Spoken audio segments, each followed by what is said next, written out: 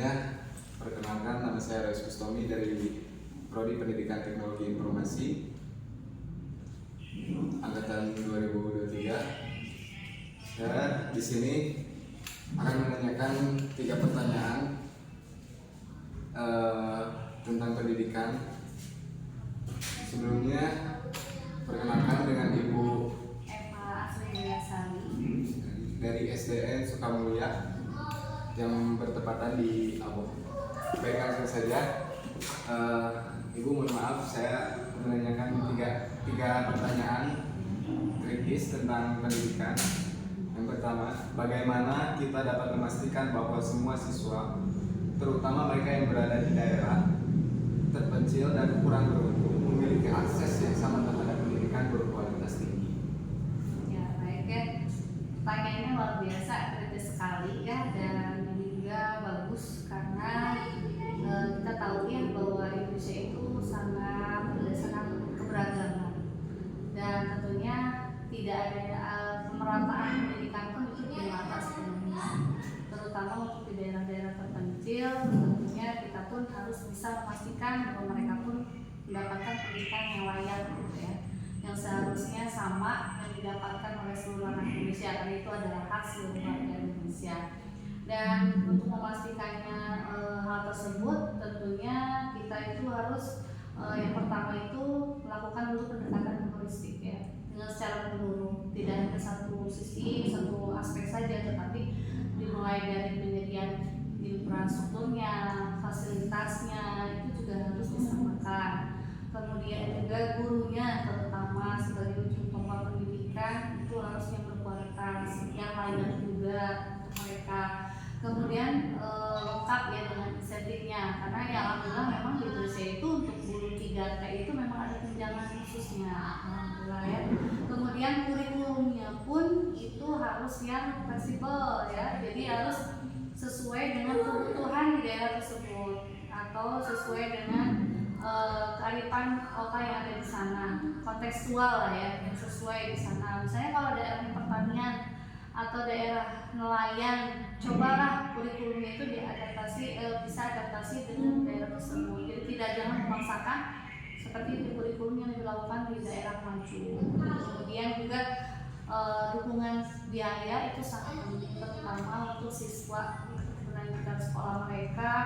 Dan biasanya daerah terpencil itu 3T ya, tertinggal, jauh, terluar. Tentunya transportasi, komunikasi mereka pun terbatas, dan itu juga harus diperbaiki dan harus ditingkatkan juga gitu ya.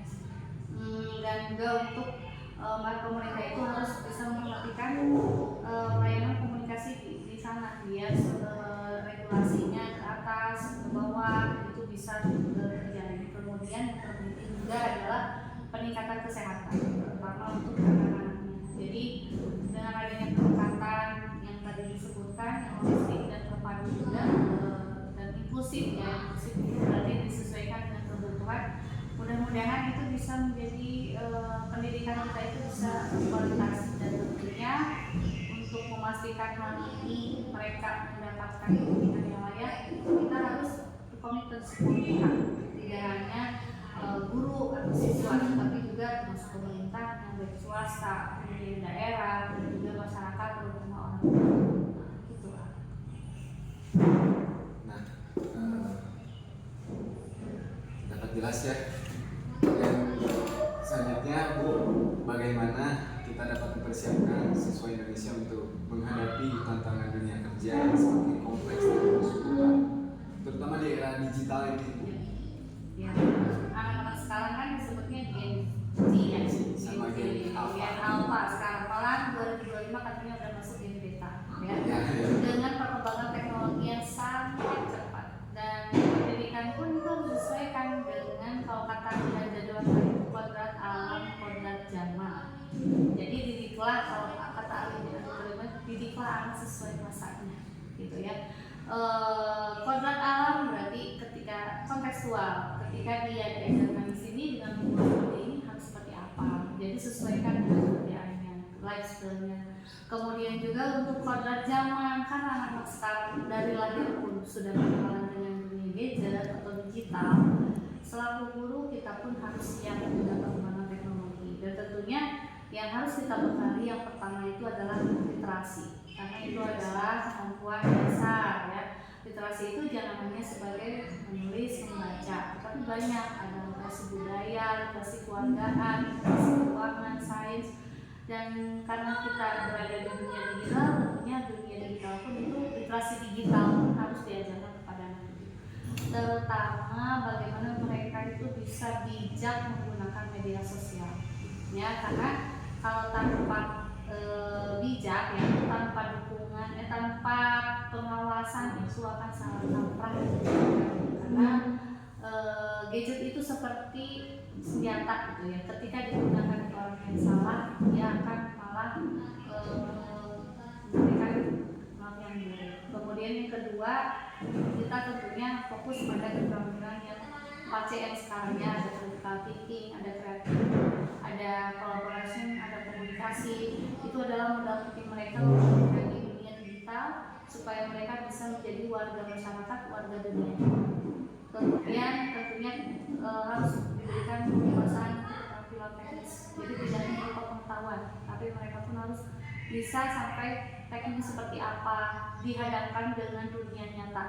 Kemudian yang terpenting mendorong kewirausahaan juga, mandiri lah intinya ya. Mereka tidak hanya tergantung dan hanya kerja itu untuk saya kerja di orang lain. Cobalah kita usahakan mereka untuk mampu membuat lapangan kerja sendiri gitu, atau bahkan bisa memfasilitasi orang lain untuk bekerja.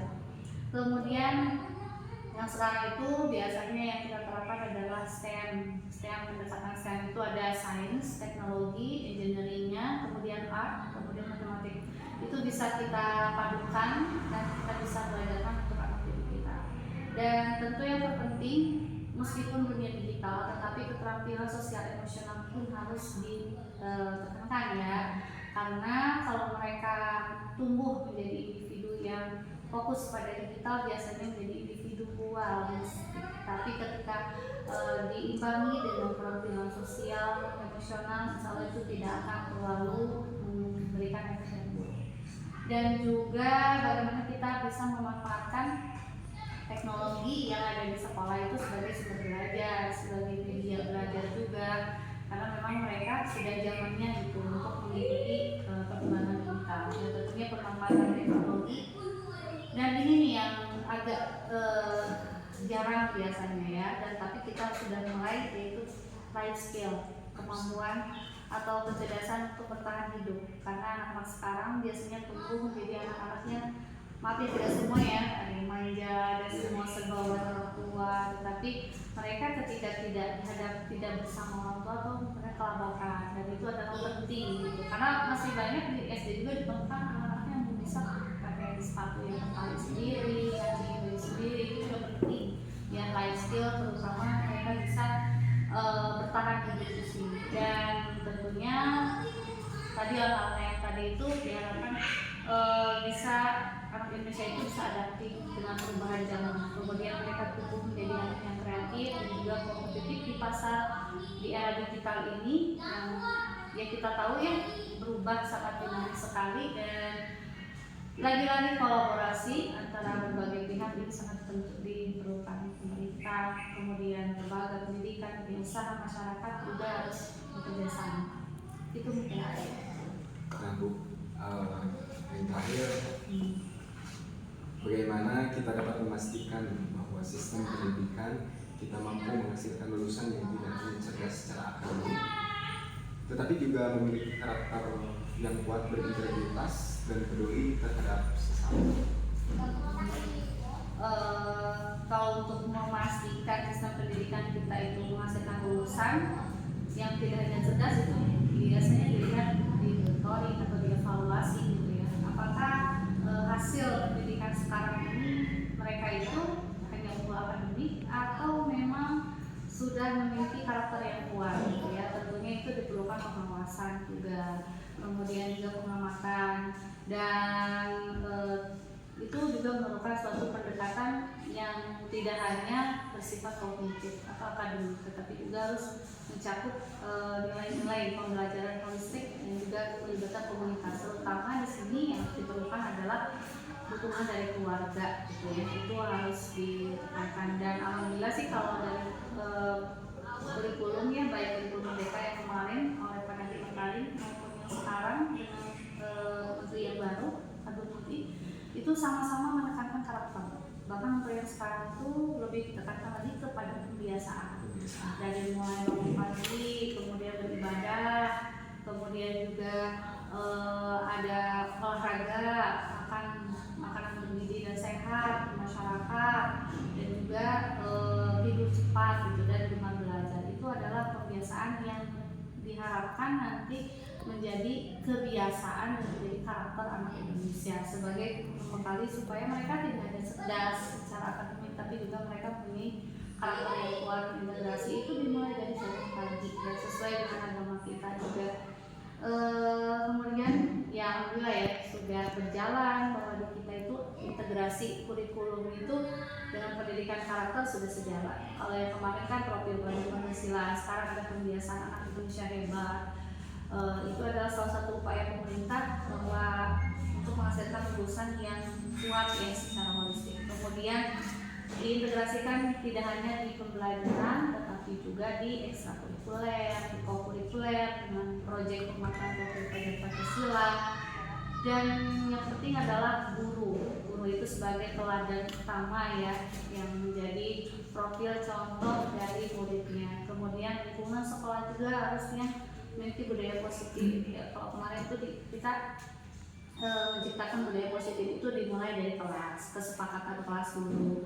Terus kalau ada kesalahan itu tidak langsung vonis hukuman, tetapi ada penstabilan dulu emosi, kemudian penyebab. Jadi lebih pada komunikasi dulu gitu, tidak langsung memberikan hukuman. Kemudian juga pembelajaran proyek, pemanfaatan teknologi untuk pendidikan karakter itu bisa dengan menonton video ya yang mengajarkan nilai-nilai karakter baik dan juga pelibatan orang tua. Dan tentunya ini harus ada peningkatan kesadaran diri yang tumbuh dari anak-anak sendiri ya. Dan terutama di sekolah itu harus adanya budaya yang mengedepankan integritas seperti kejujuran. Jadi nyontek, bullying itu dihindari lah, dikampanyekan gitu untuk anak-anak bahwa nilai itu memang harus bagus, tetapi lebih bagus ketika kita itu jujur. Atau sedikit apapun bullying, baik verbal atau non verbal, itu harus selalu kita ingatkan, jangan sampai dianggap oh udahlah biasa anak-anak gitu ya, dibiarkan. Padahal segala sesuatu yang besar itu berawal dari yang kecil. Jadi intinya harus dimulai dari sinergi yang kurikulumnya, kemudian juga lingkungan sekolah, lingkungan keluarga, di masyarakat, dan juga semuanya harus tetapnya berkolaborasi, bersinergi ya, intinya dari 1, 2, 3 itu. Dan pendidikan karakter ini diharapkan ini menjadi inti dari sistem pendidikan kita, dan bisa menjadikan siswa yang peduli, siswa yang kompeten, dan juga berintegrasi. Begitu Pak saya. Baik, sebelumnya terima kasih Ibu sudah memberikan Jawaban. Maaf, sudah memberikan jawaban. Sebelumnya terima kasih. Saya Rizmus Tommy dan Ibu Emma. Pamit undur diri. Wassalamualaikum warahmatullahi wabarakatuh. Waalaikumsalam warahmatullahi wabarakatuh. Cukup ya. Ibu.